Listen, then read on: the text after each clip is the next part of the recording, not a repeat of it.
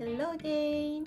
Last time we talked about the clear situations what to use between 존댓말 and 반말. And as I mentioned before, I will talk about the unclear situations in this video. So if you haven't checked out the previous video, please follow this link and check it first. I guess that would be better to understand what Korean politeness level is like. If you have already gone through it, let's move on to today's topic. As I mentioned before, we consider age, social status, or intimacy level in the relationship when we talk. So in a close relationship like between family members and relatives or couple romantic relationship, we use 반말 each other without considering our age.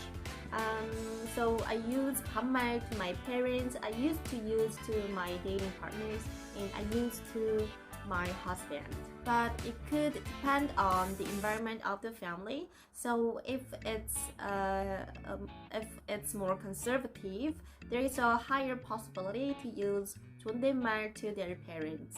Even between a couple, it depends. And two little creatures, young people, many use 반말 straight away to them. But as I noticed, there has been a trend that more and more people use 존댓말 to young kids, especially in classes, even to their kids. Because 존댓말 shows the impression of respect. I also sometimes use 존댓말 to my baby, especially when I need to explain something in a stricter way, not to hurt her feelings. Accordingly, I use 반말 to my parents and 존댓말 sometimes to my baby girl. It clearly shows that the Korean politeness level is not all about age, as many people misunderstand as it is. What's interesting here is that relationship can be changed, and even before it is changed, we want some kind of relationship to be changed, especially with those people with same age. As you know, Koreans have a high tendency to make friends with the same age people. Let me give you some examples.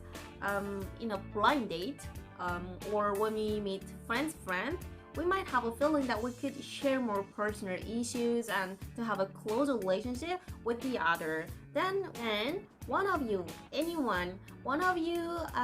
might suggest to use 반말 each other. Even in these cases, there's a short process.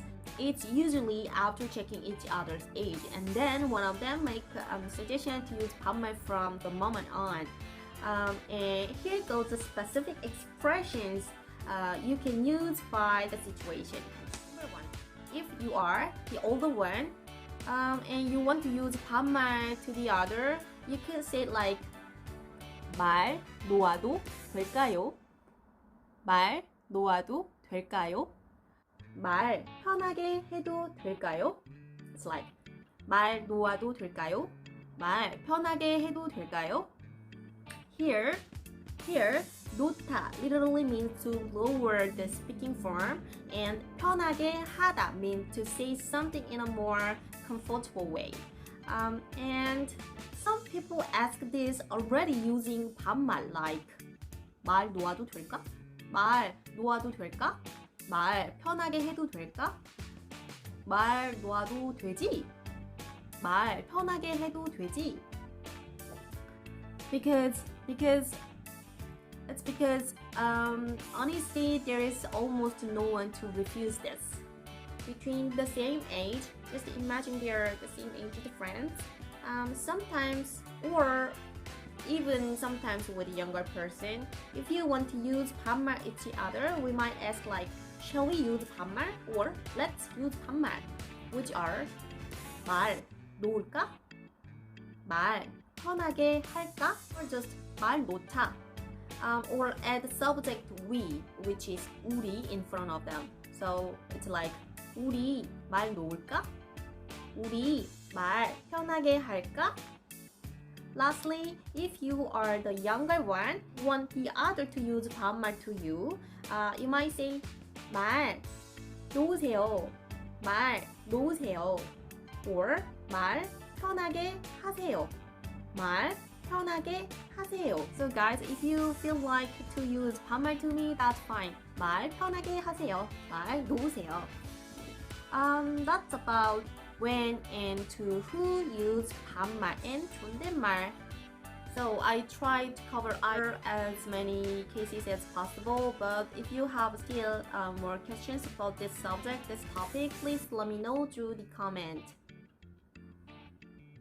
Bye! Bye! 우리 말 편하게 할까?